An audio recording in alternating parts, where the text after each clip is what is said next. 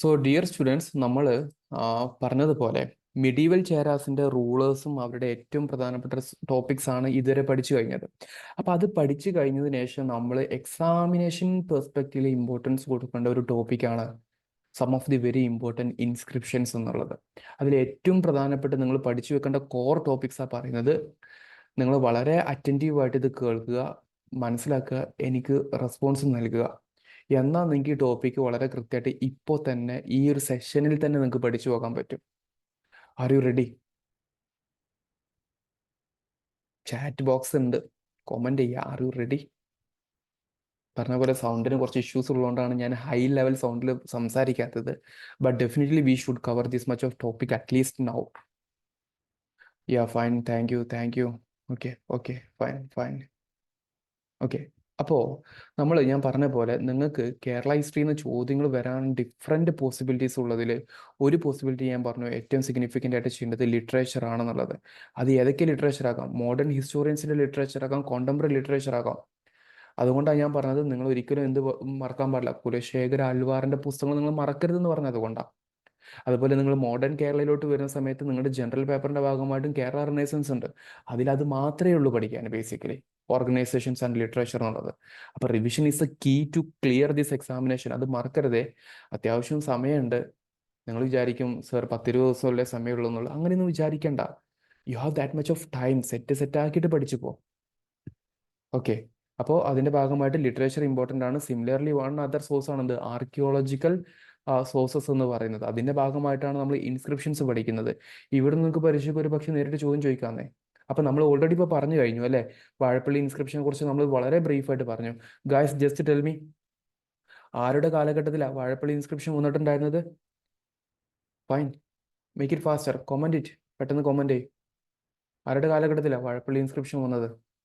അല്ലെങ്കിൽ അത് നമ്മൾ ഐഡൻറ്റിഫൈ ചെയ്തത്? The first epigraphical evidence on Kerala history or Chera dynasty. Namah Shivaya വെച്ച് തുടങ്ങുന്നൊക്കെ നമ്മൾ പറഞ്ഞത്. യാ, ഇറ്റ്സ് റിട്ടേൺ ഹിയർ. നിങ്ങളൊന്നും പറയുന്നില്ല, അതുകൊണ്ടാണോ? ഇവിടെ ഓൾറെഡി റിട്ടേൺ ആണ്. Fine. Okay, the first historical evidence that is discovered from Kerala. അപ്പോൾ കേരളത്തെക്കുറിച്ച് പറയുന്ന ആദ്യത്തെ ഒരു ഇൻസ്ക്രിപ്ഷൻ ഏതാണെന്ന് ചോദിച്ചു കഴിഞ്ഞാൽ എന്താണ്? അത് വാഴപ്പള്ളി ഇൻസ്ക്രിപ്ഷൻ ആണ്, മറക്കരുത്. ആൻഡ് സ്റ്റാർട്ട് വിത്ത് നമശിവായ. നമ്മൾ പറഞ്ഞു അതിൻ്റെ സിഗ്നിഫിക്കൻസ് എന്തായിരുന്നു? Showing what? നമ്മുടെ രാജാവായിട്ടുണ്ടായിരുന്ന ഇദ്ദേഹത്തിന്റെ ഒരു സിഗ്നിഫിക്കൻസ് പറഞ്ഞു. There we can see the presence of what? Shaivism. Bhakti ട്രഡീഷന്റെ ശൈവിസം കാണാൻ പറ്റുന്ന ഒരു പോയിന്റ് നമ്മൾ പറഞ്ഞു. ലിങ്ക് എവിടെ? മൂന്നാമത്തെ പോയിന്റ് ദ കിങ് രാജശേഖരവർമ്മൻ, അദ്ദേഹമാണ് ഈ ഇൻസ്ക്രിപ്ഷൻ ഇഷ്യൂ ചെയ്തിട്ടുണ്ടായിരുന്നുള്ള കാര്യം പറഞ്ഞു. പിന്നെ അതിൽ എന്ത് ചെയ്യുന്നുണ്ട്? രാജശേഖരവർമ്മനെ മെൻഷൻ ചെയ്യുന്നതിനാണ് പരമേശ്വര ഭട്ടാരകൻ എന്നുള്ള രീതിയിൽ വിശേഷിപ്പിക്കുന്നുണ്ട്. Okay, then first inscription that in which Malayalam script was seen. This one is also very important. PSC നടത്തുന്ന എക്സാമിനേഷനിൽ ഈ ടോപ്പിക്ക് സിഗ്നിഫിക്കൻ്റ് മക്കളെ. മലയാളം സ്ക്രിപ്റ്റ് ആദ്യമായിട്ട് കണ്ടത്. ഇത് ചോദിക്കാനുള്ള കാര്യം എന്താ അറിയോ? ഞാൻ നിങ്ങളോട് രണ്ട് രീതിയിലൊരു ചോദ്യം ചോദിക്കുകയാണ്. ഒന്നാമത്തെ ക്വസ്റ്റ്യൻ, ഒന്ന് നമ്പർ ഇട്ടിട്ട് തന്നെ ആൻസർ ചെയ്യുക. ഒന്നാമത്തെ ക്വസ്റ്റ്യൻ ഇതാണ്. Listen very carefully. എനിക്ക് ആൻസേഴ്സ് വേണം, കമൻറ്റ് ചെയ്യുക. ഒന്നാമത്തെ ആൻസർ ഇങ്ങനെയാണ്, വളരെ സിമ്പിളാണ്. എന്താണ്? Malayalam as A language development ആരംഭിച്ചത് എപ്പോൾ? So I am just simply ഒരു ഒറിജിൻ വേർഷനിലോട്ട് വെക്കുകയാണ്. മലയാളം ആസ് എ ഒരു ലാംഗ്വേജ് ഏത് നൂറ്റാണ്ടിലാണ്? Game the century. ഏത് സെഞ്ചുറിയിലാണ് മലയാളം ആസ് എ ഒരു ലാംഗ്വേജ് ആയിട്ട് ഡെവലപ്പ് ചെയ്യാൻ വേണ്ടി പോകുന്നത്? Question number 1. ക്വസ്റ്റ്യൻ നമ്പർ 2, അങ്ങനെയാണെങ്കിൽ മലയാളത്തിലുള്ള ലിറ്ററേച്ചർ പ്രൊഡക്ഷൻ എപ്പോഴാണ്? മലയാള ഭാഷയുള്ള ലിറ്ററേച്ചർ പ്രൊഡക്ഷൻ എപ്പോഴാണ്?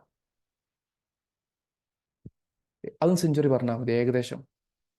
Give me your guesses. എന്തായാലും ഡെഫിനറ്റ്ലി സംഘകാലഘട്ടമല്ല. കാരണം എന്താ? സംഘകാലഘട്ടം നമ്മൾ തമിഴകത്തിലാണ് ഡിപ്പെൻഡ് ചെയ്യുന്നത്. സംഘകാലഘട്ടം ഒന്നുമേ മലയാളത്തിലല്ല. പക്ഷെ മിഡീവൽ കേരളത്തില്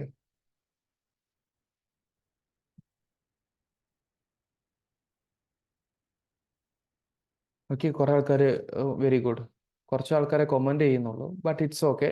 പറഞ്ഞവരുത് അത്യാവശ്യം ശരിയൊക്കെ തന്നെയാണ്. ഒന്നാമത്തെ മലയാളം ആസ് എ ലാംഗ്വേജ് ആയിട്ട് 9-ാം നൂറ്റാണ്ട് മുതൽ ഈ കുലശേഖരന്മാരുടെ കാലഘട്ടത്തിലാണ്.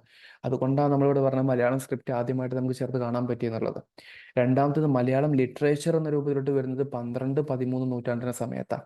12-ൽ നമുക്ക് അങ്ങനെ ഒരു വളർച്ചയൊന്നുമില്ല, പക്ഷെ 13 മുതൽക്ക് നമുക്ക് അത്യാവശ്യം കാണാൻ പറ്റും. ആ രീതിയിൽ സെൻസ് ഒന്ന് അറിഞ്ഞിരിക്കുക കേട്ടോ. And Vazhappally inscription says definitely we had some kind of trade relationship with Rome എന്നുള്ളത്. അപ്പം നമുക്ക് ഇത് എങ്ങനെ സബ്സ്റ്റാൻഷിയേറ്റ് ചെയ്യാൻ വേണ്ടി പറ്റിയ ഈ പോയിന്റ്, നമ്മൾ കഴിഞ്ഞ ക്ലാസ്സിൽ ആൻഷ്യന്റ് കേരള ഹിസ്റ്ററിയുടെ ഡീറ്റെയിൽഡ് ഡിസ്കഷൻ നടത്തിയ സമയത്ത് we mentioned about one particular most important city or excavation in Kerala, in which we are saying what the Roman coins we found from this particular regions like Iyal എന്നൊക്കെ പറഞ്ഞിട്ടുണ്ടായിരുന്നു. What is that excavation or project is called what? എന്താ പ്രൊജക്റ്റിനെ വിളിക്കുന്ന പേര്? Class room വെറുതെ content പഠിച്ചു പോകലല്ല, പഠിച്ച കാര്യങ്ങൾ ലിങ്ക് ചെയ്യാൻ പറ്റുന്നുണ്ടോ, ഓർമ്മിക്കാൻ പറ്റുന്നുണ്ടോ, ക്വസ്റ്റ്യൻസിന് ആൻസർ ചെയ്യാൻ പറ്റുന്നുണ്ടോ എന്നുള്ളതാണ്. Ya, very good very good. Pattanam excavation otherwise called as Muziris project അല്ലേ? അപ്പോൾ ആ കാര്യം അറിഞ്ഞിരിക്കുക, അതൊന്നും അറിഞ്ഞിരിക്കുക വാഴപ്പള്ളി ഇൻസ്ക്രിപ്ഷൻ. രണ്ടാമതാണ് മാമ്പള്ളി ഇൻസ്ക്രിപ്ഷൻ എന്ന് പറയുന്ന മറ്റൊരു ഇൻസ്ക്രിപ്ഷൻ. ഓക്കെ, സോ ഇതൊന്ന് വായിച്ച് പെട്ടെന്ന് വാഴപ്പള്ളി ഇൻസ്ക്രിപ്ഷൻ ഒന്ന് വായിച്ചു നോക്കിക്കേ.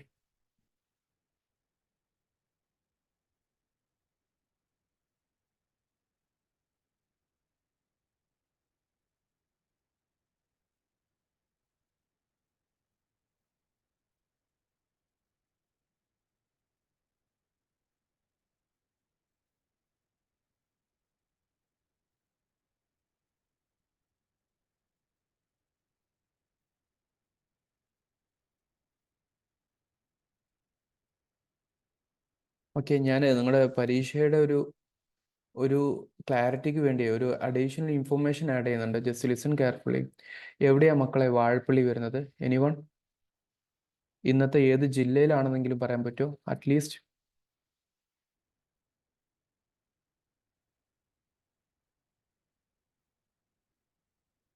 എനിവൺ?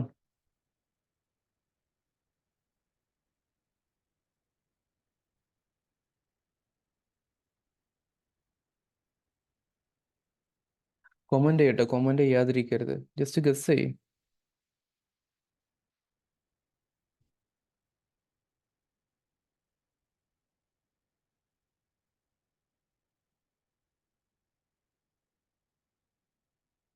തൃശ്ശൂർ പറഞ്ഞു, KTM പറഞ്ഞു, ചങ്ങനാശ്ശേരി ആ കോട്ടയായിരിക്കും അല്ലേ? Okay okay, fine fine. ഇത് വരുന്നതേ ചങ്ങനാശ്ശേരി അടുത്ത് കോട്ടയത്താണ് വരുന്നത് കേട്ടോ. അപ്പോൾ ആ ഒരു ഇൻഫർമേഷൻ ഒന്ന് ഉണ്ടാക്കി വെച്ചാൽ ചിലപ്പോൾ അങ്ങനെ ഇൻസ്ക്രിപ്ഷനും കോണ്ടംപററി ഡിസ്ട്രിക്റ്റ് ഒക്കെ ചോദിക്കുകയാണെങ്കിൽ കുറച്ച് ടഫ് ക്വസ്റ്റ്യൻ ആയിരിക്കും, കാരണം പല ആൾക്കാർക്കും ലൊക്കേഷൻസ് അറിയില്ല. പിന്നെ രാജശേഖര വർമ്മന്റെ കാലഘട്ടത്തിലാണ് നമ്മൾ പറഞ്ഞു. ഇത് ഏകദേശം വരുന്നത് 830 AD സമയത്ത് അത് എഴുതുന്നത്. ഇൻസ്ക്രിപ്ഷൻ്റെ ഒരു പീരീഡ് ഇങ്ങനെയാണ് വരുന്നത്. ജസ്റ്റ് ഒന്ന് ശ്രദ്ധിക്കുക. ഫൈൻ. പിന്നെ ഡെഫിനറ്റ്ലി അവിടെ ഒരു ശൈവ ടെമ്പിൾ ഉണ്ടായിരുന്നു, ശിവ ടെമ്പിൾ ഉണ്ടായിരുന്നു, അതുകൊണ്ടാണ് അങ്ങനെ വരുന്നുള്ള കാര്യം കൂടി ഒന്ന് മനസ്സിലാക്കി വെക്കുക. ഫൈൻ. വായിച്ചല്ലോ അല്ലേ ഇതിനെക്കുറിച്ച്, Vazhappally inscription? Now we have another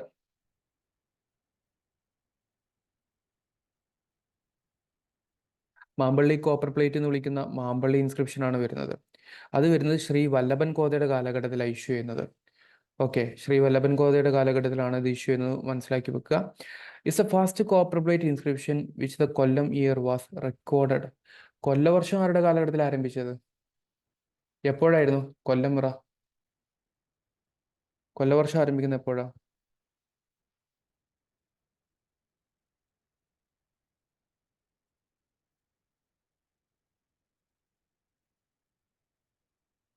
ഇതിന്റെ യുണീക്നെസ് ഇതാണ്, ഇതെന്തായാലും പഠിച്ചു വെക്കണം.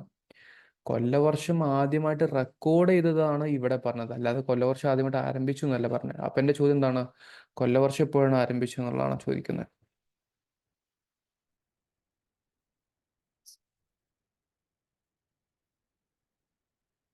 കൊല്ലവർഷം ആരംഭിച്ചത് എപ്പോഴാ? കമന്റ് ചെയ്യ്. എപ്പോഴും ചോദിക്കുമ്പോൾ രാജശേഖര വർമ്മ നീ പറയരുത് കേട്ടോ, ഉത്തരം മതി എനിക്ക്. 825 AD. അത് പഠിച്ചു വെക്കുക. ഫൈൻ.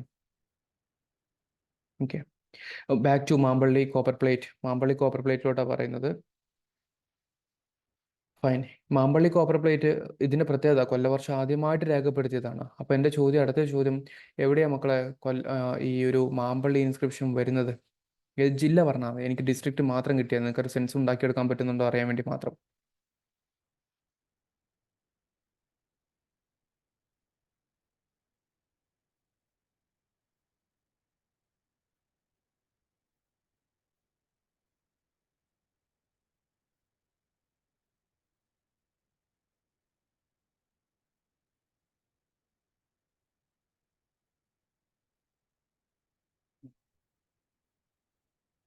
അതും തൃശ്ശൂരാ? എല്ലാരും തൃശ്ശൂർക്ക് കൊടുക്കണ?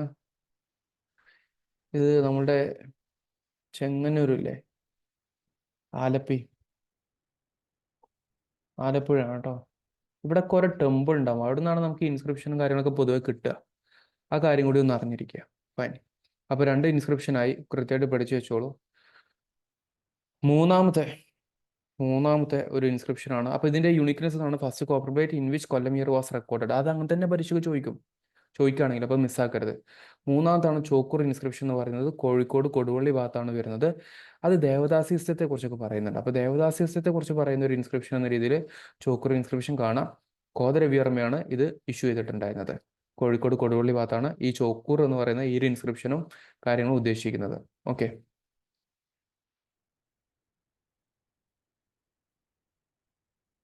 പിന്നെ ജൂയിഷ് കോപ്പർ പ്ലേറ്റ് ഉണ്ടല്ലേ, ജൂയിഷ് ഇൻസ്ക്രിപ്ഷൻ. നമ്മൾ ഓൾറെഡി ആ ഒരു ടോപ്പിക്ക് പറഞ്ഞിട്ടുണ്ടായിരുന്നു. But just try to understand.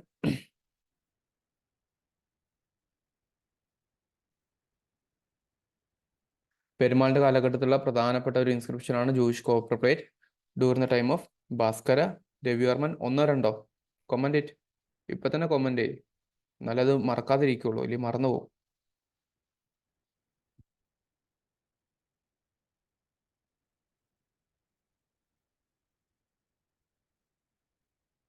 Bhaskara Ravivarman, അതിന് ജൂയിഷ് കോപ്പർ പ്ലേറ്റ് എപ്പോഴും തിരിച്ചറിഞ്ഞാലും മതി.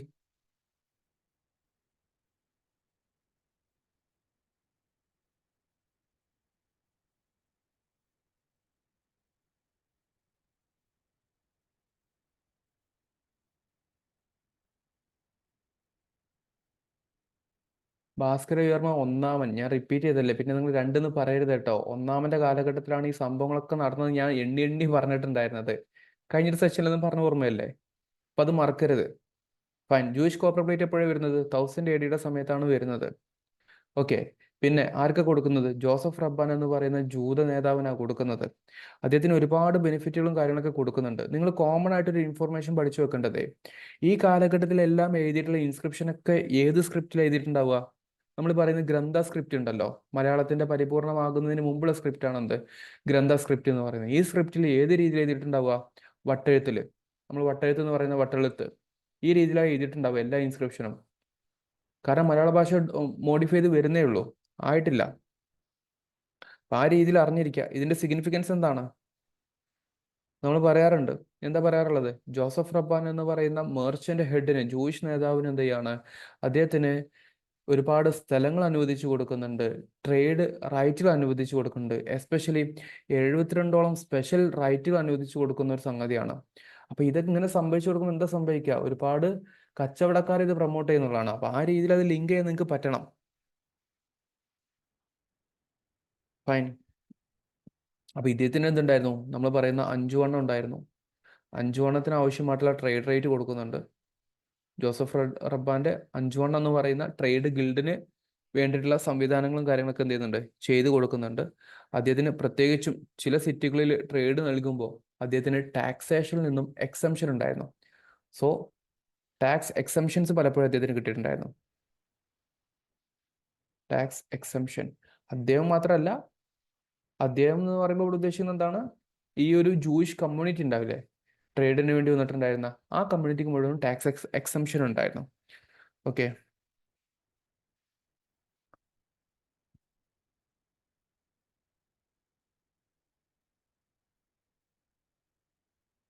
അപ്പോൾ ഒരു കാര്യം കൂടി കോൺസെപ്ച്വലി ക്ലിയർ ആക്കാൻ വേണ്ടി ഒന്ന് ശ്രദ്ധിക്കണം കേട്ടോ. ഞാൻ in between some information add ചെയ്യാണ്. 5 വണ്ണം എന്ന് പറയുന്നത് ജൂതന്മാർ മാത്രമാണെന്ന് തെറ്റിദ്ധരിക്കും ചെയ്യരുത്. പറഞ്ഞ പോലെ ഇതൊരു ട്രേഡ് ഗിൽഡ് അല്ലെങ്കിൽ കോർപ്പറേറ്റ് സെറ്റപ്പ് ആയതുകൊണ്ട് തന്നെ ജൂതന്മാർക്കും ക്രിസ്ത്യൻസിനും ഈവൻ മുസ്ലിംസ് വരെ നമുക്ക് ആ സമയത്ത് കാണാൻ പറ്റുന്നുണ്ടല്ലേ, മാപ്ലാസ്. അപ്പൊ അവരുടെ ഒരു ട്രേഡ് വരെ ഉണ്ടായിരുന്നു. അപ്പൊ അവർക്കൊക്കെ എന്ത് ചെയ്തിട്ടുണ്ടായിരുന്നു? ഇങ്ങനെ ട്രേഡിന്റെ കാര്യങ്ങളൊക്കെ ഉണ്ടായിരുന്നുള്ള കാര്യം ഒന്ന് മനസ്സിലാക്കിക്കൊണ്ട് ശ്രമിക്കുക.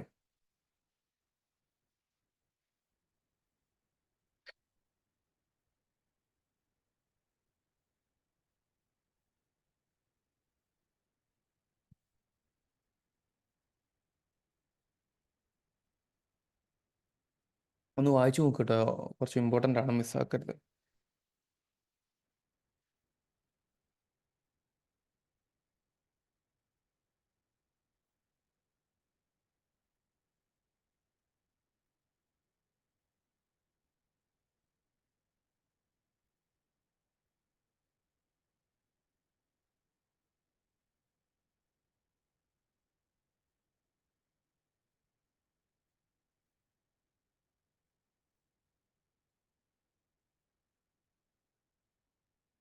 Now you have the final one, Tharisapally ഇൻസ്ക്രിപ്ഷനാണ് പറയുന്നത്.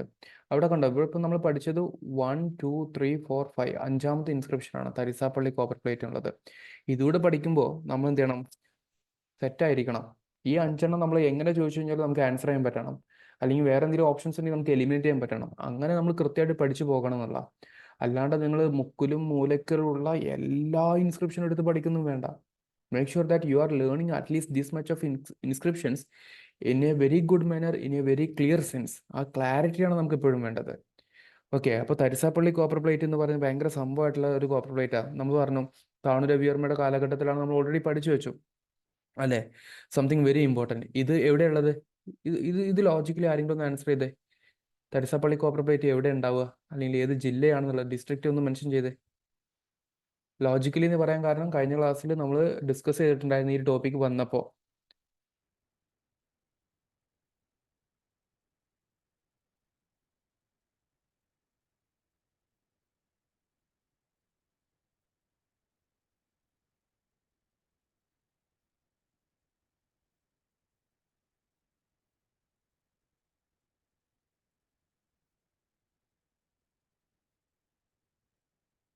അയ്യോ, അത് കോട്ടയം എന്ന് പറയല്ലേ, എറണാകുളമോ? അപ്പൊ നിങ്ങൾക്ക് ലോജിക്ക് കത്തിയിട്ടില്ല.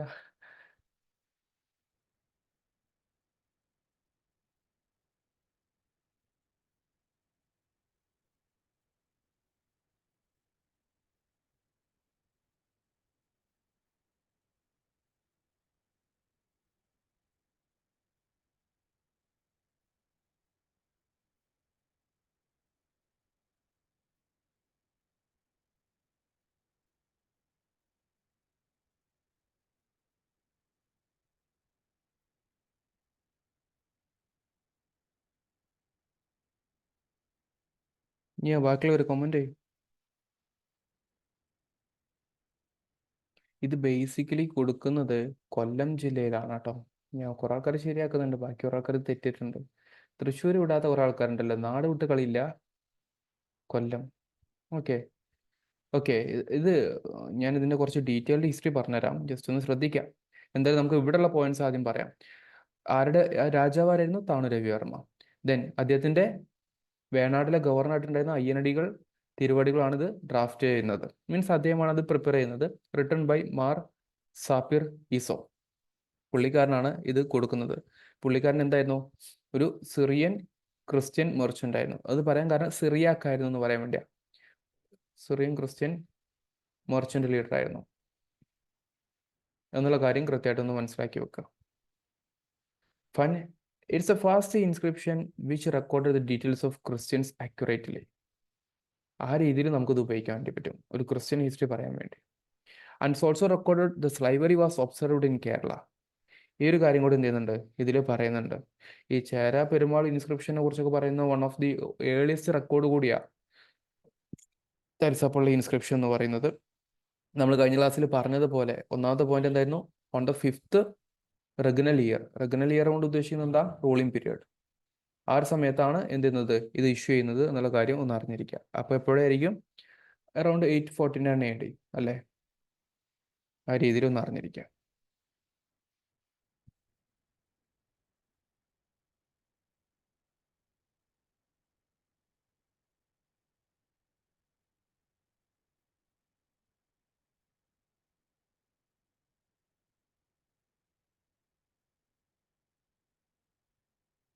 ഈ കോപ്പർ പ്ലേറ്റിന്റെ പല ഭാഗങ്ങളും നമുക്ക് പല സ്ഥലത്തായിട്ട് കാണാൻ പറ്റും. ഈ കോപ്പർ പ്ലേറ്റിൽ നമ്മൾ മേജർലി നമ്മൾ പറയുന്നത് സിറിയൻ ക്രിസ്ത്യൻസിനെ കുറിച്ചാണെങ്കിലും ഇതിൻ്റെ പല പാർട്ടുകൾ ഉണ്ടായിരുന്നു.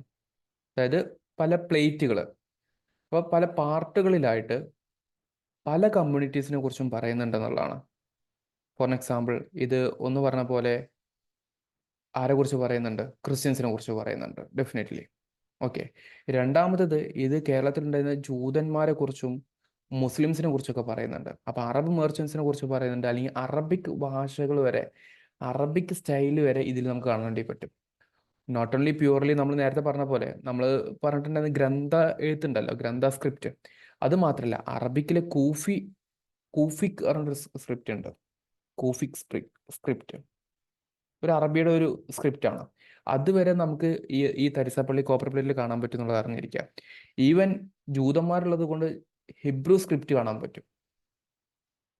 ഹിബ്രു സ്ക്രിപ്റ്റ് കാണാൻ പറ്റും. അപ്പോൾ പ്യുവർലി മലയാളത്തിൽ എഴുതിയിട്ടുള്ള ഒന്നുമല്ല, അല്ലെങ്കിൽ പ്യുവർലി വട്ടളത്തിൽ എഴുതിയ ഒന്നല്ല എന്നുള്ള കാര്യം എന്ത് ചെയ്യണം, ജസ്റ്റ് ഒന്ന് മനസ്സിലാക്കി വെക്കണം എന്നുള്ളതാണ് എനിക്ക് നിങ്ങളോട് പറയാനുള്ളത്. ഓക്കെ, ആ ഒരു പോയിന്റ് കൃത്യമായിട്ട് അറിഞ്ഞിരിക്കുക. ഈ മാർ സാപ്പിറീസോ എന്ന് പറയുന്ന ക്രിസ്ത്യൻ മെർച്ചൻ്റെ കുറച്ച് സ്പെഷ്യാലിറ്റീസ് നമുക്ക് ഇതിൽ നിന്ന് മനസ്സിലാക്കാൻ പറ്റാറുണ്ട്, അല്ലെങ്കിൽ അദ്ദേഹത്തെക്കുറിച്ച് കുറച്ച് കാര്യങ്ങൾ പറയാറുണ്ട്. അതിൽ ഒന്ന്, കൊല്ലം നഗരത്തിന്റെ ഫൗണ്ടറായിട്ട് ഇദ്ദേഹത്തെ വിശേഷിപ്പിക്കാറുണ്ട്. കൊല്ലംകാരുണ്ടോ സെഷനിൽ? ഉണ്ടെങ്കിൽ കൊല്ലം എന്ന് പറഞ്ഞിട്ട് മറ്റേ മസിലിന്റെ ചിഹ്നമൊക്കെ ഇടൂലേ, എന്ന പോലെ പവർഫുൾ ആക്കിയിട്ട് നിന്നിട്ടെ. കൊല്ലം സിറ്റിക്കിന്റെ ഫൗണ്ടറായിട്ട് പറയുന്ന ഒരാളാണിത് ഇദ്ദേഹം. അപ്പൊ ഇദ്ദേഹത്തിന് എന്ത് ചെയ്യുന്നുണ്ട്, കൊല്ലത്ത് ചർച്ച് ഉണ്ടാക്കാൻ അനുമതി കൊടുക്കുന്നുണ്ട്. ഫൈൻ.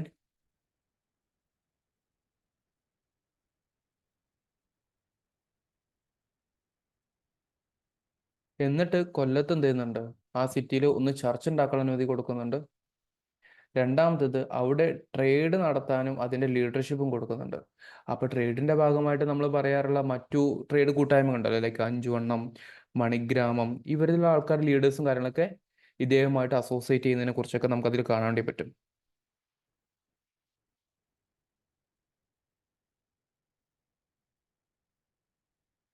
വേണാട്ടിലെ 600 പടയുടെ, അതായത് 600 എന്ന് പറയുന്ന ഒരു യൂണിറ്റ് ഓഫ് ആർമി ഉണ്ട്. 600 എന്നൊക്കെ പറയുന്ന ഒരു യൂണിറ്റ് ഓഫ് ആർമി ഉണ്ട്. അവരെ ഈ കൊല്ലം സിറ്റി പ്രൊട്ടക്ട് ചെയ്യാൻ വേണ്ടി ഏൽപ്പിക്കുന്നതിനെ കുറിച്ചും തരിസാപ്പള്ളി കോപ്പർ പ്ലേറ്റിൽ പറയുന്നുണ്ട്. അപ്പോൾ ചുരുക്കി പറഞ്ഞു കഴിഞ്ഞാൽ, കൊല്ലം സിറ്റിയുമായി ബന്ധപ്പെട്ടുള്ള കൂടുതൽ ഡീറ്റെയിൽസ് നമുക്ക് അവൈലബിൾ ആകുന്ന ഒരു ഇൻസ്ക്രിപ്ഷൻ ആണ് എന്ത്, ഈ തരിസാപ്പള്ളി ഇൻസ്ക്രിപ്ഷൻ എന്നുള്ള കാര്യം കൃത്യമായിട്ട് അറിഞ്ഞിരിക്കുക. അപ്പോൾ ഇവിടെ നിങ്ങൾ 4 പഠിച്ചു. ഏറ്റവും പ്രധാനപ്പെട്ട 4 ഇൻസ്ക്രിപ്ഷൻസ് നിങ്ങൾ പഠിച്ചു. ഈ പോയിന്റ്സും കാര്യങ്ങളൊക്കെ നിങ്ങൾ കൃത്യമായിട്ട് എഴുതി മനസ്സിലാക്കുക എന്നുള്ള. അപ്പോൾ നിങ്ങൾക്ക് സ്പെസിഫിക്കലി എന്ത് ചെയ്യാൻ പറ്റണം, ഈ കാര്യങ്ങളൊക്കെ ആൻസർ ചെയ്യാൻ പറ്റണം. എന്നാൽ നിങ്ങൾക്കിത് കൃത്യമായിട്ട് പരീക്ഷയ്ക്ക് വരുന്ന സമയത്ത് സംശയമില്ലാതെ ലിങ്ക് ചെയ്യാൻ പറ്റും. ഒരു കാര്യം കൂടെ ശ്രദ്ധിക്കേണ്ടത്, ഇത് നമ്മൾ കേരളത്തിലെ ഏറ്റവും സിഗ്നിഫിക്കൻ്റ് ആയിട്ടുള്ള ഇൻസ്ക്രിപ്ഷൻ എന്ന് പറഞ്ഞത് പഠിക്കുമ്പോൾ, ഇന്ത്യ ചരിത്രത്തിൽ നമ്മൾ കുറച്ചുകൂടി ഇൻസ്ക്രിപ്ഷൻസിന് കുറച്ചുകൂടി സിഗ്നിഫിക്കൻസ് കൊടുക്കാറുണ്ട്. എപ്പോൾ? When we discuss about the period of king Ashoka. അപ്പോൾ ആ ഒരു ടോപ്പിക്ക് നിങ്ങൾ പിന്നീട് എന്ത് ചെയ്യണം, കൃത്യമായിട്ട് മനസ്സിലാക്കാൻ വേണ്ടി ശ്രമിക്കണം എന്നുള്ളതാണ്. ഇതാണ് ചെയ്യേണ്ട പ്രധാനപ്പെട്ട കാര്യം. ക്ലിയർ ആണോ? സോഫ്റ്റ്വെയർ കാര്യങ്ങൾ ക്ലിയർ ആണോ? Yes or no?